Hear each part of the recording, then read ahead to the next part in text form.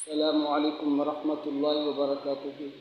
محترم دوستو بزرگوں، آپ دیکھ رہے ہیں میرا یوٹیوب چینل روحانی عملیات اور میں ہوں آپ کا خادم عبد المجید۔ آج کا ہمارا ٹاپک ہے شیخ الوظائف حضرت حکیم طارق محمود چغتائی صاحب کے متعلق۔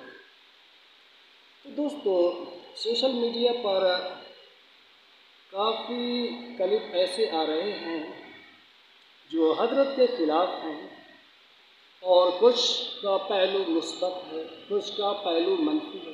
یعنی کچھ تو ایسے لوگ ہیں جو ان کی تائید کر رہے ہیں، اور کچھ لوگ ایسے ہیں جو ان کے بالکل مخالف ہیں، ان کو جھوٹا کہہ رہے ہیں، فرادی کہہ رہے ہیں کہ شیخ الوظائف ایسے ہیں ویسے ہیں، ان کے وظائف اعمال پر بھی تنقید کر رہے ہیں، اور ہر عمل کو تنقید کا نشانہ بنا رہے ہیں۔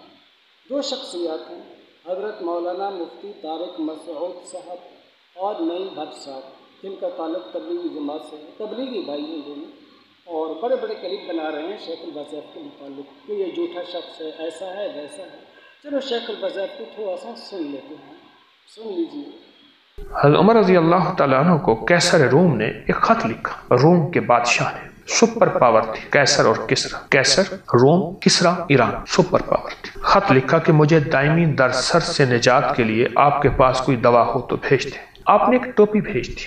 شاہ روم جب اس ٹوپی کو پہنتا تو درد سر ختم ہو جاتا، جب اتارتا تو درد پھر شروع ہو جاتا۔ آخر اس نے ٹوپی کو کھولا تو اس میں سے ایک کاغذ نکلا، جس کاغذ پر بسم اللہ الرحمن الرحیم لکھا ہوا۔ آپ بھی لکھ لیں، اور میں نے یہ عمل کئی لوگوں کو سن لیا دوستو، شیخ الوظائف نے عمل بتایا ہے سر کے درد کو ختم کرنے کا، اور حضرت عمر فاروق رضی اللہ تعالیٰ عنہ کا حوالہ دیا ہے کہ انہوں نے قیصر روم کے پاس ٹوپی بھیجی تھی، اس میں بسم اللہ الرحمن الرحیم کو لکھ کر بھیجا تھا، تو جیسے ہی ٹوپی اس نے سر پر پہنی نا، ایسے اس کے سر کا درد ختم ہو گیا۔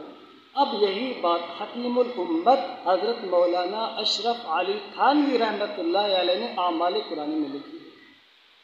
اب فیصلہ آپ خود کر لیجئے، اگر وہی عمل جو حکیم الامت حضرت مولانا اشرف علی تھانوی رحمۃ اللہ علیہ نے بیان فرمایا ہے وہ تو ٹھیک ہے، حضرت لکھیں ٹھیک، لیکن اگر وہی عمل شیخ الوظائف حضرت حکیم طارق محمود چغتائی صاحب بیان کریں تو یہ جھوٹا ہے جی، یہ فراڈی شخص ہے، یہ ایسے دھوکے دیتا ہے۔ ابھی آپ نے خود اپنی آنکھوں سے دیکھا ہے شیخ الوظائف کو کیسا عمل بتا رہے ہیں۔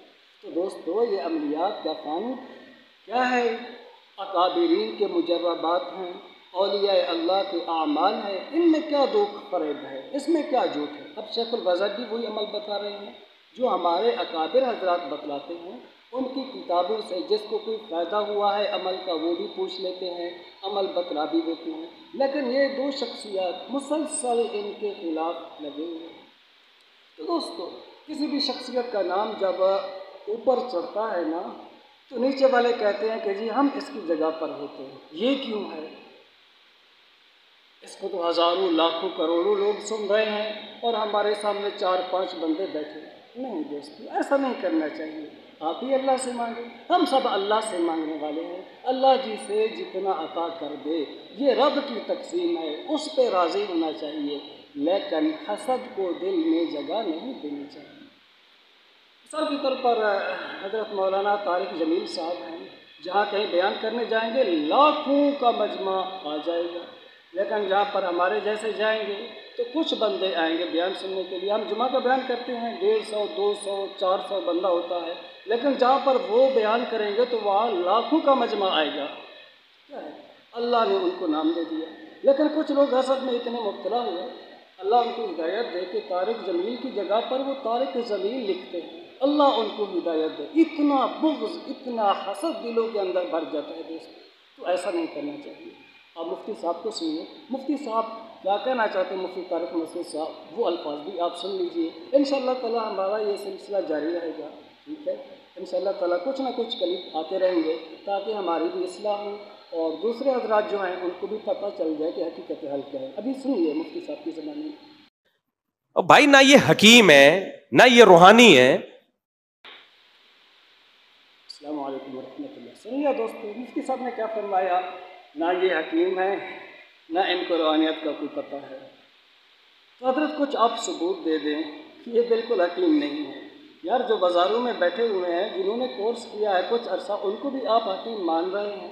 یا تو آپ خود کہیں کہ سب سے بڑا حکیم میں ہوں اور سب سے بڑا روحانی معالج بھی میں ہوں، لوگ ان کے پاس نہ جائیں، لوگ میرے پاس آئیں۔